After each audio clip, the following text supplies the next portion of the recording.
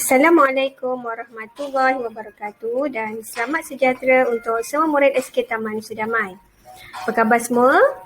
Cikgu harap semua murid berada dalam keadaan yang sihat, ceria dan tenang selalu.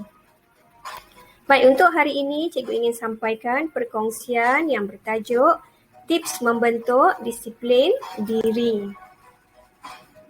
Adakah murid-murid mahu menjadi murid yang berdisiplin? Apa itu disiplin? Baik.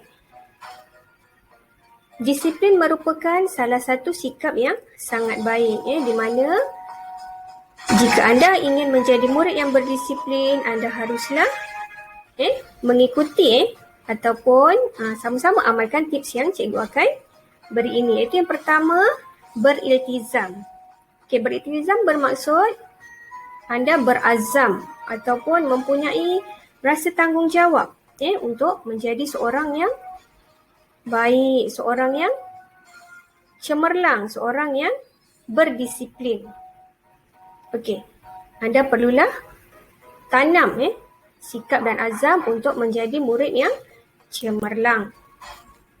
Baik, tips yang kedua iaitu menghormati orang lain.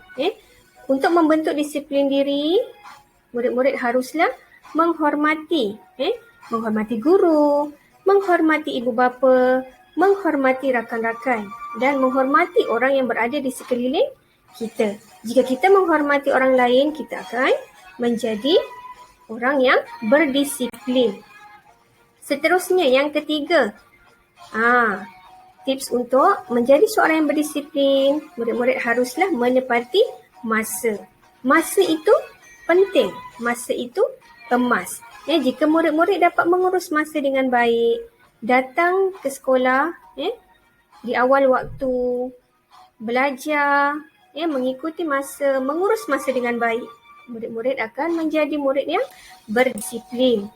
Seterusnya, tips yang keempat, untuk menjadi murid yang berdisiplin, murid-murid haruslah sentiasa fokus. Apa itu fokus? Fokus ni maksudnya kamu memberi sepenuh perhatian. Tidak kiralah beri sepenuh perhatian semasa guru mengajar, belajar bersungguh-sungguh. Kalau bersukan, fokus betul-betul. Main bersungguh-sungguh. Dan jika ibu bapa suruh membantu mereka, bantulah dengan sehabis baik. Sentiasa fokus dengan apa yang murid-murid lakukan. Dengan memberi sepenuh perhatian dan fokus, murid-murid akan menjadi murid yang berdisiplin. Seterusnya, tips yang kelima, ini yang sangat penting bagi seorang murid. Untuk menjadi murid yang berdisiplin, anda haruslah mematuhi peraturan.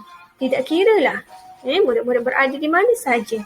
Jika di sekolah, patuhilah undang-undang dan peraturan sekolah. Jika di rumah pun sama, dengan arahan ibu bapa dan orang yang lebih tua daripada anda. Jika kamu mengikuti kursus ataupun latihan di luar sekolah, kamu juga terikat dengan peraturan. Jadi, anda haruslah mematuhi peraturan yang ditetapkan untuk menjadi seorang yang berdisiplin. Baik, seterusnya. Tips yang keenam, solat di awal waktu. Bagi murid Islam, anda haruslah menunaikan solat di awal waktu. Bagi murid yang moral juga, anda solat ikut kepercayaan dan agama masing-masing. Dengan solat di awal waktu, anda rasa lebih tenang dan ini juga membentuk diri anda supaya lebih berdisiplin. Seterusnya, yang ketujuh, tidak bertangguh. Contohnya dalam situasi PDPR di rumah ni, cikgu harap murid-murid tidak bertanggung untuk menyiapkan tugasan yang cikgu berikan. Cuba buat semampu yang boleh. Pastikan murid-murid urus masa dengan baik. Jika hari ini cikgu bagi tugasan, kalau boleh siapkan pada hari yang sama. Bila anda bertanggung untuk buat hari esok dan esoknya, kerja itu akan bertimpa-timpa dan ini akan menjadikan anda tidak berdisiplin. Jadi seorang yang suka melakukan kerja dengan cepat dan tidak menangguhkan sesuatu kerja. Okey, apakah kelebihan ataupun kebaikan orang yang berdisiplin? Okey, yang pertama, jika anda berdisiplin, anda akan menjadi seorang yang berjaya dan mudah untuk mencapai cita-cita yang anda inginkan. Yang kedua, disayangi ibu bapa, disayangi guru-guru. Hidup murid-murid semua akan lebih teratur, dihormati rakan-rakan dan banyak kebaikan yang murid-murid akan perolehi jika murid menjadi orang yang berdisiplin.